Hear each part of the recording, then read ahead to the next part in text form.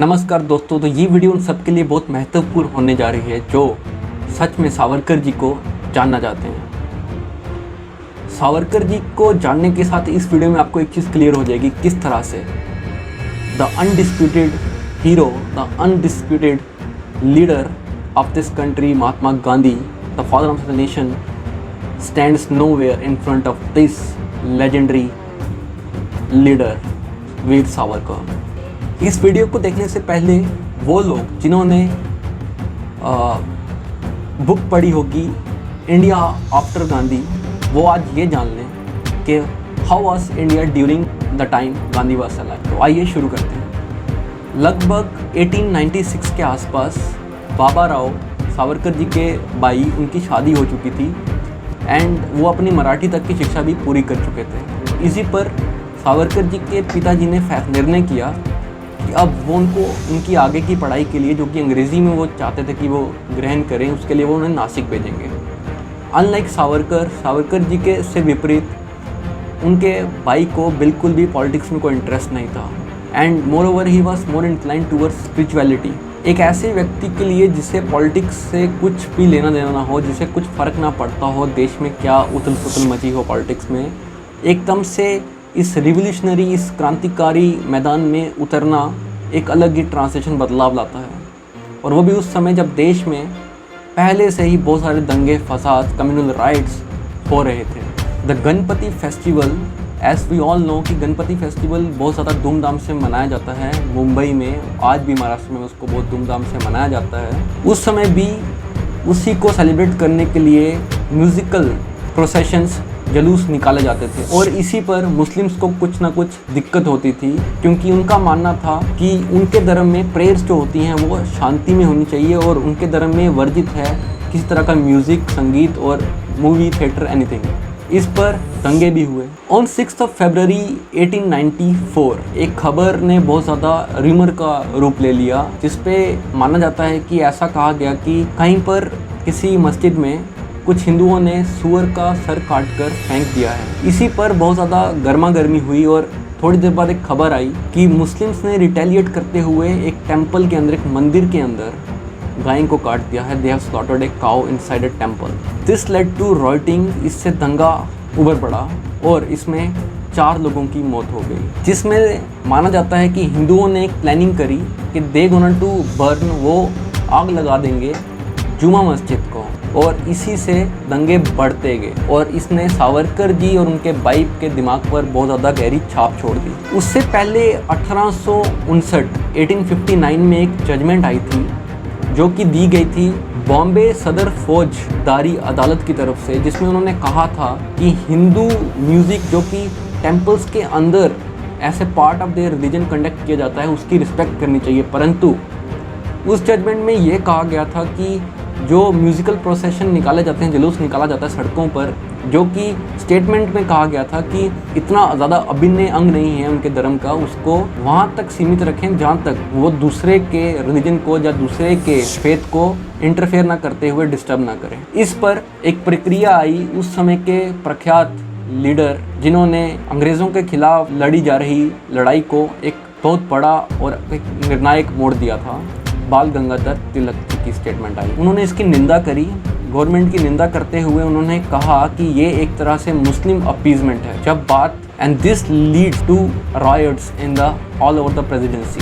जो processional music जो था, जो जलूस की बात की गई, उस पर भी उनका ध्यान, उन्होंने अच्छे से अपना उस पर ध्यान केंद्रित करते हुए एक निर्णय लिया कि अब से जब भी गणपति पूजन की सेलिब्रेशंस होंगी तो वो और धूमधाम से इसे मनाएंगे, क्योंकि उन्हें मालूम था कि ये डिसीज़न मुस्लिम्स की तरफ से नहीं, उनकी अपीसमेंट करते हुए सरकार की तरफ से आया, जो कि सरकार ब्रिटिश सरकार की तरफ से आया है।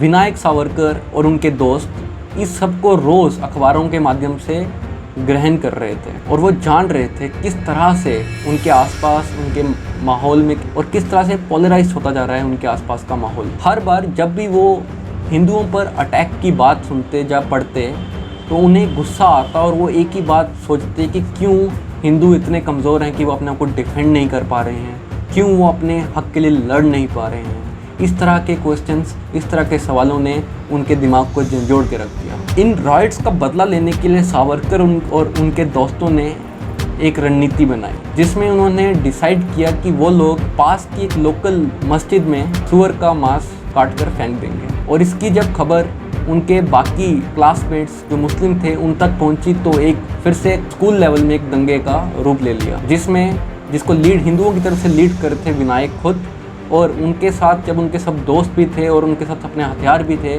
तो मुस्लिम्स विद्यार्थियों को उनके सामने से डरकर भागना पड़ा। परंतु कुछ मुस्लिम विद्यार्थियों के अंदर उस पर रोष था। उन्होंने अंदर ही अंदर निर्णय कर लिया था कि वो इसका बदला लेंगे, एक ब्राह्मण लड़के के मुंह में मांस ठूस कर। जबकि ये इंसिडेंट्स एक बालपन में हुए हादसे के तौर पर बुलाए जा सकते थे, परंतु सावरकर ने अपने जहन में उतार ली इन बातों को और इनसे मिले सबक को। उनका मानना था कि इसी से उनको समझ आई कि किस तरह के माहौल में वो रह रहे हैं और किस माहौल में उन्हें आगे जाकर लड़ना है अपने हक के लिए, अपने लोगों के लिए। उन्हें दुख होता था कि किस तरह से हमारी सोसाइटी ऑर्गेनाइज्ड है, बटी हुई है। When it comes to defend our society, हमारे लोग खुद के लोगों की सपोर्ट में नहीं आते। उनका मानना था कि इस तरह की सोसाइटी में किसी को भी सब्जुकेट करना, किसी को भी गुलाम बनाना बहुत ही आसान है। विनायक डिसाइडेड, उन्होंने निर्णय किया कि वो एक मिलिट्री स्कूल एस्टेब्लिश करेंगे, जहाँ पर वो अपने दोस्तों के साथ वहाँ जाकर हर रोज़ एक खेल के माध्यम से लड़ना, यानी कि अपने आप को डिफेंड करना सीखते थे। नीम की गुठलियाँ, नीम के बीज गोली का, बुलेट्स का काम करती थी और उनका मकसद होता था कि बीच में रखे हुए भगवा झंडे को उठाकर भागना और उसे डिफेंड करना। जो ये काम कर ले वो विजय घोषित हो जाता था। जैसे कि हिंदू संगठन का निरीक्षण हर बार सावरकर खुद करते थे और वो अपनी सूझबूझ और रणनीति से हर बार जीत भी जाते थे। परंतु अगर वो किसी कारणवश हार भी जाते तो वो सामने वालों को, जो कि रिप्रेजेंट करते थे आइदर मुस्लिम्स और ब्रिटिश आर्मी, उनको डिप्लोमेटिकली अपनी हार स्वीकार करने पर मना लेते, क्योंकि उनकी इस किट में कभी भी हिंदू हार नहीं सकते। ये था सावरकर के अंदर का देश प्रेम। एक बार नासिक में बाबा राव विनायक को एक साधु के पास लेकर गए। माना जाता था वो साधु रीइनकार्नेशन थे सेंट रामदास के, जिन्होंने शिवाजी को गाइड किया था मुगल्स के खिलाफ युद्ध में। जब सावरकर ने उन साधु को देखा तो सावरकर ने सीधा उनसे एक ही चीज़ कही कि वो चाहते हैं कि किसी भी तरह से, वो उनका एक संकल्प है कि वो अंग्रेज़ों को हिंदुस्तान से भगाना चाहते हैं। परंतु इस पर साधु ने उनसे कहा कि इस तरह के सिली थॉट्स को गिव अप कर दो, छोड़ दो और हमारी शरण में आ जाओ और हमारी सेवा करो। क्योंकि साधु ने उनसे ये भी कहा कि कुछ भी होता है तो वो प्रभु की इच्छा से होता है। अंग्रेज़ अगर इंडिया में आए हैं तो वो उनकी इच्छा से आए हैं, उन्हीं के कारणवश वो वापस भी जाएंगे जब उनकी भगवान की इच्छा होगी। इस पर सावरकर को बहुत गुस्सा आया, क्योंकि वो इस तरह के बिलीफ्स में विश्वास नहीं रखते थे। जब आपसे कोई कहता है कि सावरकर वॉज एंटी हिंदू, तो यही कारण है सावरकर इस तरह की माइंडसेट में विश्वास नहीं रखते थे। वो कर्म फल में विश्वास रखते थे, जो गीता में साफ साफ लिखा गया है। तो सावरकर ने सामने से साधु से बहस में उतर पड़े और उन्होंने कहा कि कैसे भगवान इस तरह के लुटेरों को, इस तरह के कातिलों को हिंदुस्तान पर राज करने के लिए भेज सकते हैं, और यदि हम खुद उन्हें बाहर निकालने के लिए संकल्प नहीं लेंगे तो भगवान भी कैसे उन्हें बाहर निकालेंगे यदि हम खुद की मदद खुद नहीं करेंगे। तो इस पर जब गर्मी ज़्यादा बढ़ती हुई देखी तो उनके बड़े भाई बाबा राव ने उन्हें खींचा और उन्हें वहाँ से ले गए। तो इस प्रकार राइट फ्रॉम हिज यूथ, अपने बालपन से ही, अपने बचपन से ही सावरकर रेशनैलिटी और लॉजिकल आर्ग्यूमेंट्स पे विश्वास रखते थे और उन पर वो अड़े रहते थे। यानी कि वो उन्हीं बातों पर विश्वास रखते थे जो प्रैक्टिकल थी। मीन्स ही डजंट, और इन्हीं तरह के आर्ग्यूमेंट्स ने उनकी लाइफ में बहुत बड़ा एक काम किया, उनके एक नए स्वरूप को सामने लाने में, जिसने उनको मदद करी अंग्रेज़ों से डटकर लड़ने में। तो आज के एपिसोड में सिर्फ इतना ही। अगले एपिसोड में हम और जानेंगे सावरकर जी के बारे में। यदि आपको ये वीडियो अच्छी लगी और यदि आपको ये वीडियो नॉलेजेबल लगी तो ज़रूर लाइक करिएगा सावरकर जी के लिए, यदि आपका गांधी प्रेम पूरा हो चुका हो तो। धन्यवाद। जय मां भारती।